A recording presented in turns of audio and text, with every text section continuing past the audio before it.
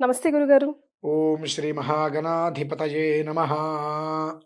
గురుగారు, దేవీ దేవతల ఆరాధన చేయడం వల్ల ఎన్నో కష్టాలు దాటిపోతాయి.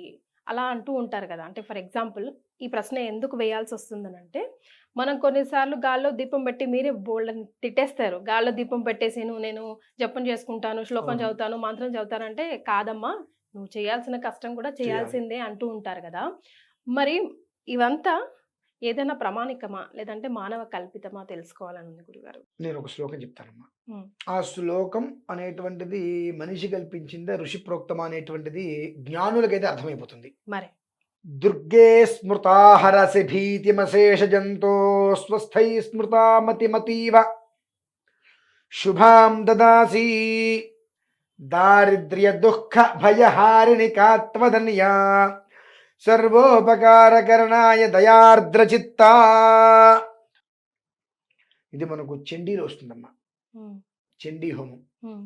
ఈ చండీ సప్తశతి అనేటువంటిది నాకు తెలిసి ఒక 40 తరాలు వెనక్కి నా వంశంలో వెళ్ళినా మా వాళ్ళు తయారు చేయలేదు. హ్మ్.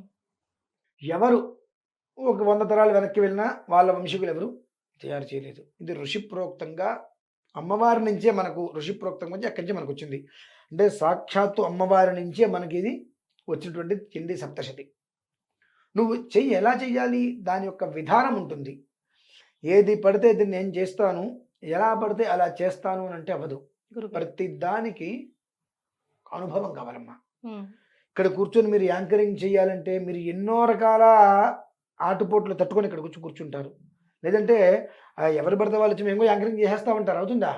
గురుగారు. దానికి ఎంతో సాధన కావాలి. ఏ ప్రశ్న ఎలా అడగాలి, ఎదుటి మనిషిని ఎలా ఇరుకులో పెట్టాలి అనేటువంటిది ఉంటాయి. యాంకరింగ్ అంటే అంతే కదండీ! హుహు. అంటే మనం అడిగామంటే ఆ ప్రశ్నకి సమాధానం ఉంటే మాత్రమే చెప్పగలుగుతారు. సమాధానం లేకపోతే నీళ్ళు నములుతారు. మరి. అంత కావాలి. అలానే కెమెరామాన్స్ గాని అంటే ఎంతో సాధన, ఎంతో కష్టపడాలి. ప్రతి దాని నుంచి కూడా ఎన్నో రకాల అవమానాలు పడే ఒక స్థాయికొస్తారు. హ్మ్. అలానే భగవంతుడికి మనం ఆరాధన చేస్తే మనకి ఇవన్నీ తొలగిపోతాయి, అన్నీ వస్తాయి అనటానికి ఎన్నో రకాలైనటువంటి తర్కణాలున్నాయమ్మా. హ్మ్. ప్రత్యక్ష నిదర్శనాలు అనేకం ఉన్నాయి. గురుగారు. పోనీ ఈ ఈ మధ్య కాలంలో అంటే నేనున్నాననుకుంటే నన్ను తీసేద్దాం, ఇంకో 10 మందిని తీసేద్దాం. భక్త తుకారాం గారి మనకు పేరు తెలుసుగా. గురుగారు. ఆయన కుటుంబాన్ని పోషించుకుంటూ, సంసార జీవితాన్ని గడుపుకుంటూ భగవదారాధన చేసుకున్నాడుగా. హ్మ్. మరి ఆయన భగవంతుడిచ్చి తీసుకువెళ్ళాడుగా. మరి. ఆయన్ని మనం ఎందుకు గుర్తు తెచ్చుకోవట్లేదు? మనలాంటి మనిషే కదండీ! హ్మ్. హ్మ్. మరి సాంసారిక జీవితంలో ఉన్న మనిషే కదా! అంతే. మరి ఆయన అంటే ఇక్కడ ఆయన ఎలా ఉన్నాడు? సాంసారిక జీవితం ఎలా ఉన్నప్పటికీ కూడా భగవంతుడి విషయంలో నిమగ్నమయ్యాడు. భక్తి, ప్రేమ హ్మ్. ఆయన ఎందుకు వదిలేశాడు. నా జీవితం నీదన్నట్టు వదిలేశాడు. ఆయన కూడా మనకు పెద్దగా అవగాహన లేదండి. రమణ మహర్షి గారు తెలుసుగా. గురుగారు. మరి ఆయన గురించి మరి ఎంత భగవద్ ధ్యానం చేసుకుంటూ ఈశ్వరులో ఆయన లీలమైపోయి ఉంటారు. తెలియాలి మనకు. హ్మ్. తర్వాత మనకు తాడేపల్లి రాఘవనారాయణ శాస్త్రి గారని చెప్పి హ్మ్. ఉన్నారు. ఇక్కడ చందోలు. మన ఎంతటి దరిద్రాతి దరిద్రంలో మనం బ్రతుకుతున్నామంటే పేడ పురుకరహీనంగా బ్రతుకుతున్నాం మనం. గురుగారు. ఎందువల్లంటే పరమపదించిన తర్వాత ఆయన దహనం చేస్తుంటే చితి మంటల్లో ఆయన శరీరం నుంచి బాలామ్మవారు బయటికి రావడం అనేటువంటిది ఇంగ్లీష్ వాళ్ళ పేపర్‌లో పడిందండి. మన పేపర్‌లో పడలా. నేను అన్నానికి కారణం ఇదేనండి.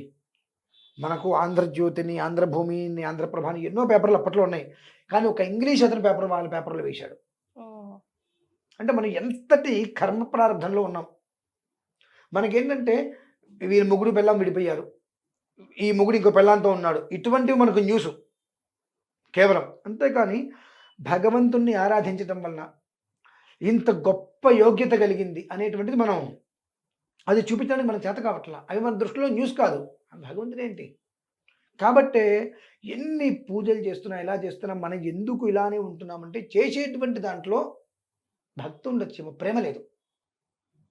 ప్రేమ లేనిదే అమ్మవారు ఎక్కడి నుంచి వస్తుందండి మనకు? రాదు. ఏ కోశాన ప్రేమతో మనం చెంది ఎవరు రాదండి. హ్మ్. నాకు భగవంతుడి మీద మరి ప్రేమ ఏమాత్రం నాకు ప్రేమ ఉందో నాకైతే తెలీదు కానండి. అరుణాచలం వెళ్ళినప్పుడు గురుగారు. సాష్టాంగ ప్రదక్షిణ చేశా. హ్మ్. వామ్మో! మొదలుపెట్టిన తర్వాత ఇంచుమించుగా 4200 ప్రదక్షిణాలు అయ్యేంత వరకు నేను ఆపలేదమ్మా. ఓహ్! చేయించుకున్నాడు ఆయన నా చేత. ఆ రకంగా. మరి అది ఈశ్వర కృప. అంటే ఎంత భగవంతుడి మీద మనకు ప్రేమ ఉంటే మంచిగా చేయించుకుంటాడు అనేటువంటిది మనం గ్రహించుకోవాలి. ఎందుకంటే నేను ఏదో చేసేసాను, నేను ఉదయం పూజ చేశాను, మధ్యాహ్నం పూజ చేశాను, రాత్రి పూజ చేశాను అంటే కుదరదమ్మా. ఉమ్, ప్రతి దానికి ఒక మూలం అనేటువంటిది ఉంటుంది. సంబంధం ఉందో లేదో కానీ ఒక మాట చెప్తా. గురుగారు. ఏ దేవత ఆరాధన చేయాలి అన్నా మనకు పరిపూర్ణమైనటువంటి విశ్వాసం, ప్రేమ ఉండాలి. జన్మతః జన్మాభ్యాసాత్ జన్మ ప్రభృతి. మనం పుట్టిన దగ్గర నుంచి ఈ క్షణం వరకు ఏవో ప్రయత్నాలు చేస్తూనే ఉన్నాం. అవి మనకు ఫలించినయో ఫలించలేదో ఏ కారణం చేతి ఎందుకు చేస్తున్న విషయం పక్కన పెట్టేసేసి రేపు 25వ తారీఖు రోజున నేను ఒక కార్యక్రమం చేస్తున్నా. గురుగారు. వీళ్ళంతా మేము ఇది చేసాం అది చేసాం అనుకున్న వాళ్ళు, మాకు అది జరగలేదు జరగలేదు అనుకున్న వాళ్ళు అందరూ కూడా అందులో పాల్గొనమనండి. గురుగారు. జరగలేదనే మాట రాదు. ఉమ్, అంటే తాట తీసి కూర్చోబెడుతుంది అమ్మవారు. తక్కువలో తక్కువగా 12 గంటలమ్మా. ఉమ్, తక్కువలో తక్కువగా 12 గంటలు 18 మెట్లు పెట్టి ఆ 18 మెట్ల మీద అమ్మవారిని, ఈశ్వరుని, గణపతిని పెట్టి 18 మెట్ల మీద కూడా కలశాలు కానీ దీపస్థాపనలు చేసి ఒక్కొక్క ఆవరణార్చన అంటే 18 ఆవరణార్చనలు ఉంటాయి. ఈశ్వరుడి దగ్గరికి వెళ్ళడానికి 18 ఆవరణార్చనలు. గురుగారు. అష్టాదశ శక్తి పీఠాలు ఒక్కొక్క శక్తి దేవతని ఆరాధన చేస్తూ ఉమ్, ప్రతిదానికి ఒక్కొక్క ఆరాధన, ఒక్కొక్క నివేదన. ఉమ్, అది ఏదో ఒక నివేదన ఉమ్, అక్కడ విధానాన్ని అనుసరించి చేసుకుంటూ 18 ఆరాధనలు చేసేటప్పటికి సామాన్యంగా మనకు 9 నుంచి 10 గంటలు పడుతుందమ్మా. ఉమ్, నిలబడి చేయాలి. చేయకుండా నేనేదో 10 నిమిషాలు ముక్కు పూసుకుంటానికి వస్తుందంటే అక్కడ కూర్చొని శ్రీమాత శ్రీ మహారాజ్ఞి శ్రీమత్ సింహాసనేశ్వరి అని చెబుతుంటే నరాలు తెగాలి, మా కంఠం తెగాలి మాకు. అంటే ఆ కంఠం అలా వస్తుంది. మనస్సులో ఏదో చెప్పుకుంటే అవ్వదు.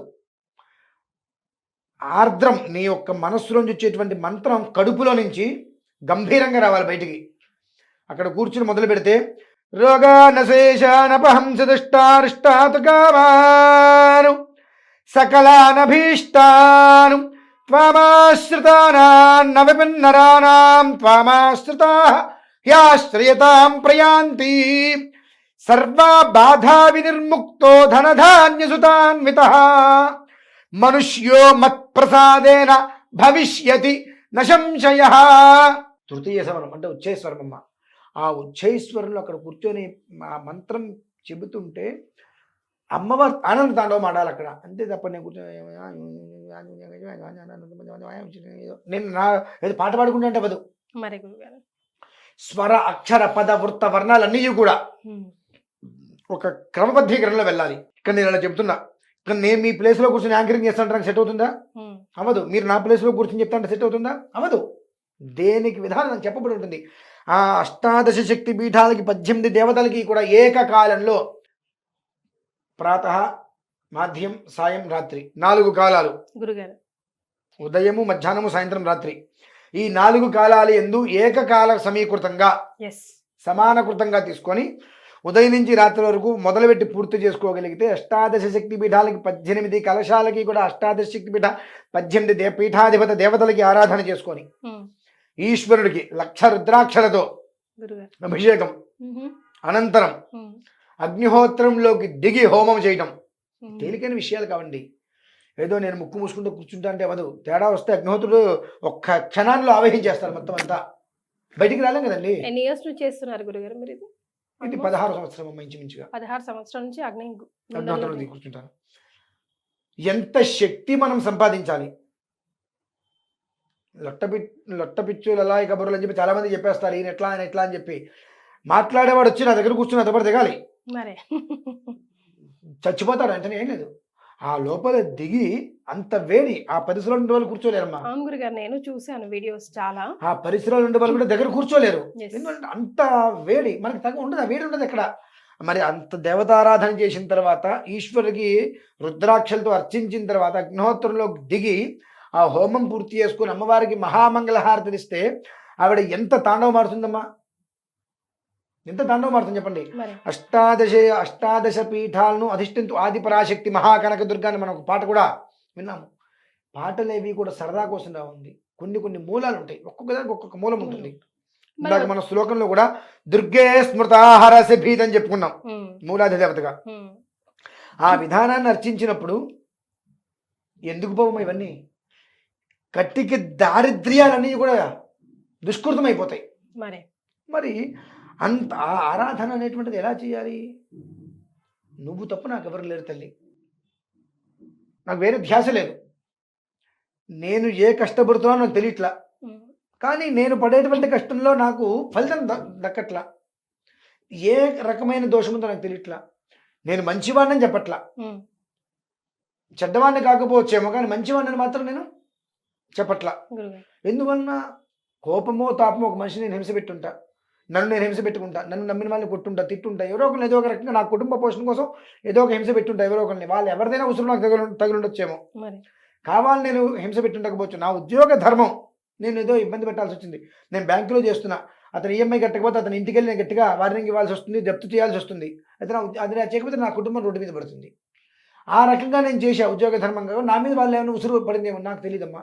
ఇటువంటివి ఏమున్నా ఈ రోజుతో నన్ను పూర్తిగా అందులో నుంచి బయటపడాయి అనే విధానంతో వచ్చి కూర్చోమనండి. మరలా ఈ సమస్య వాళ్ళకి వస్తే అడగండి.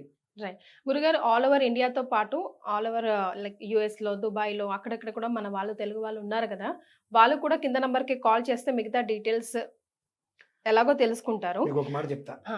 నాది ఇంకో చిన్న అనుమానం గురుగారు, అదేంటంటే రుసుము చెల్లించి రకరకాలుగా దేశ విదేశాల నుంచి ఎంట్రీస్ తీసుకుంటారు కాబట్టి మరి వాళ్ళకి మనం మహాప్రసాదం లాగా ఏమైనా పంపించడం జరుగుతుందా? రక్ష ఖచ్చితంగా ఇస్తామమ్మా. రక్ష అనేటువంటి వాళ్ళకి ఏది ఇస్తే వాళ్ళకి అది ఉపయోగం అనేటువంటి విధానాన్ని దృష్టిలో ఉంచుకొని అమ్మవారిని అయితే నేను ఒక ప్రశ్న వేశా. ఆ ప్రశ్న కనుక అమ్మవారు నాకు కనుక అనుమతిస్తే ఊహించని రక్ష ఇచ్చేస్తా. నాకు ఆ ప్రశ్నకి సమ్మతం వస్తుంది అని నాకు ఒక నమ్మకం అయితే ఉంది. వచ్చింది అంటే ముందు అమ్మవారు లేదంటే శ్రీ యంత్రంతో ఉండేటువంటి మహత్తరమైన రక్ష అందిస్తాను. అంటే యంత్రానికి ఎంత పవర్ ఉంటుందని కూడా మనకు అనుమానాలు ఉంటాయి. సరే, ఎవరిష్టం వాళ్ళ అనుమానాలు ఉంటాయంటే చిన్న మాట చెప్పి ముగించేస్తారమ్మా. కానీ విశేషమైన రక్ష ఇస్తాను. ఆ రక్ష ఎవరి దగ్గర అయితే ఉంటుందో సర్వదా శతధ సహస్రధ అనేకధ అపరిమితధ వారికి అది సంపూర్ణమైన రక్షే. అది మాత్రం నేను ఘంటాపదంగా చెప్పగలుగుతాను.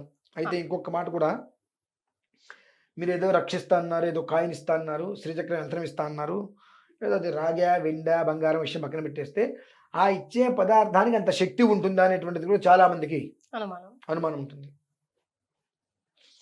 మీకు ఫోన్ ఉందమ్మా? సిమ్ వేశారా? ఆ సిమ్లో ఉండేటువంటి లోహ పదార్థం ఏంటి? రాగి. అవునా? ఎంత ఉంటుంది అది? అందులో మీరు ఎన్ని వేల కాంటాక్ట్స్ పెడుతున్నారు? 2, 3, 4 అనుకుందాం. ఆ ఒక్క సిమ్ అందులో లేకపోతే మీరు 10 లక్షల రూపాయలు ఒక ఫోన్ కొని దానికి బంగారంతో వజ్రాలతో మొత్తం పొదిగి 10 లక్షలు 1 కోటి రూపాయలు తయారు చేశారు. ఫోన్ పనిచేస్తుందా? ఆ ఒక్క సిమ్ లేకపోతే అనుసంధానం, ఫోన్కి సిమ్కి అనుసంధానం. అంటే ఆ సిమ్ అనేటువంటిది లోపల పెడితే ఆ చిన్న ఇంత ఉంటుంది రాగి, దాని నుంచి మనం చేసేటువంటిది దాని యొక్క పవర్ సాటిలైట్కి వెళ్తుంది. అటువంటిది అంత ఒక యంత్రం మీద అంత మంత్రశక్తిని ధారపోస్తే అది ఏ స్థాయిలో కాపాడుతుంది అనేటువంటిది మనల్ని మనం ఒకసారి అర్థం చేసుకోవాలి.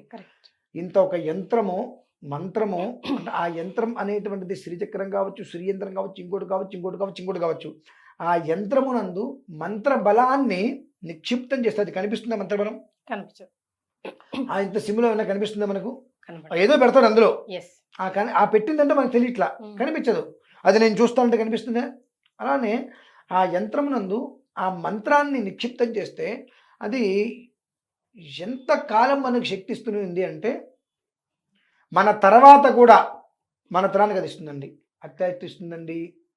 సిమ్ తీసుకున్నారు, ఫోన్లో పెట్టారు, కొంతకాలం మీరు ఫోన్ మార్చేశారు, వేరే ఫోన్లో సిమ్ పనిచేసిందిగా, ఆ ఫోన్కి కనెక్ట్ అవ్వలేదుగా, మీరు ఇంకో ఫోన్కి పెట్టుకుంటే ఆ ఫోన్లో అది కనెక్ట్ అయింది కదా. సో అక్కడ యంత్రము మంత్రము ప్రాధాన్యత, శరీరం కాదు. అది మన శరీరం మీద ఉంటే మనల్ని బాగు చేస్తుంది. మనకు దీర్ఘకాలం ఎవరు ఉండరు. మన తదనంతరం మన పిల్లల మెడలో వేసిన అది వాళ్ళకి పనిచేస్తుంది. ఆ మంత్ర శక్తి అనేటువంటిది దానికి వదలటం వేరు, నిక్షిప్తం చేయటం వేరమ్మా. నిక్షిప్తం చేస్తే ఓంకారం అనేటువంటిది ప్రణవనాదం పైన ప్రతి దేవాలయాన్ని శిఖరం పెడతారు. ఆ శిఖరం అనేటువంటిది పైన పెట్టి కింద ఆ యంత్ర స్థాపన చేస్తారు. ఈ యంత్రం అనేటువంటిది రాగి, వెండి, బంగారం అలా మటలతో పెడతారు. పైన శిఖరం మాత్రం దాదాపుగా ఇత్తడే పెడతారు. ఇక్కడ రాగి కానీ, వెండి కానీ, బంగారం కానీ ఆ ఒక మూర్తి కింద యంత్ర ప్రతిష్ఠ చేసిన తర్వాత ఆ మంత్ర ఎప్పుడూ కూడా ఆ ఆలయంలో శబ్ద తరంగాలు వస్తూ ఉంటే ఓంకారనాదం అనేటువంటిది ఏ రకంగా అయితే కనుక ఈశ్వరుడి దగ్గర కూర్చునో అమ్మవారి దగ్గర కూర్చునో హనుమంతుడి దగ్గర కూర్చుని మనం ఆరాధన చేస్తూ ఉంటే కొన్ని వేల రెట్లగా అది శక్తిని తీసుకొని పైన ఉండేటువంటి శిఖరం నుంచి ధ్వజస్తంభం కింద మళ్ళీ యంత్రము, ఇక్కడి నుంచి దేవుడి దగ్గర యంత్రం, ఈ సర్క్యులేషన్ అవుతూ కూడా శబ్ద తరంగాలుగా మొత్తాన్ని కూడా కాపాడుతూ ఉంటుంది. ఆ శక్తి కొంచెమైనా మనకు వచ్చి మనం బాగుపడకపోతామని దేవాలయాలకు వెళ్తుంటామండి. అదే మంత్రాన్ని నిక్షిప్తం చేసినటువంటి ఆ యంత్రం అనేటువంటి మన శరీరం మీద ఉంటే ఆ రోజు నాడు ఎవరైతే పాల్గొనే ప్రయత్నం చేస్తారో వారందరికీ కూడా అమ్మవారిని అడిగా, మరలా ఈ కష్టం రాకుండా ఈ ఒక్క అష్టాదశ శక్తిపీఠ మహాశక్తి పీఠార్చన జనవరి 25వ తారీఖు రోజు నాడు ఎవరైతే ఇందులో పాల్గొని ఉంటారో వారందరి జీవితాలలో మరలా ఈ కష్టం అనేటువంటి పేరుతో కొబ్బరికాయ కొట్టకుండా నాకు ఒక రక్ష కావాలి అని అడిగారు. ఆవిడ సమ్మతించిందా? కొన్ని వేల మంది జీవితాలు మార్చండి. సో గురుగారు చెప్పిన జనవరి 25th రోజు మీరు పార్టిసిపేట్ చేయాలి ఆ పూజలో అనుకుంటే కనుక పేమెంట్ డీటెయిల్స్తో పాటు మిగతా డీటెయిల్స్ అన్నీ కూడా వెన్యూతో పాటుగా మీరు కింద స్క్రోల్ అవుతున్న నంబర్కి కాల్ చేసి తెలుసుకోవచ్చు. చాలా సంతోషం గురుగారు, ధన్యవాదాలు.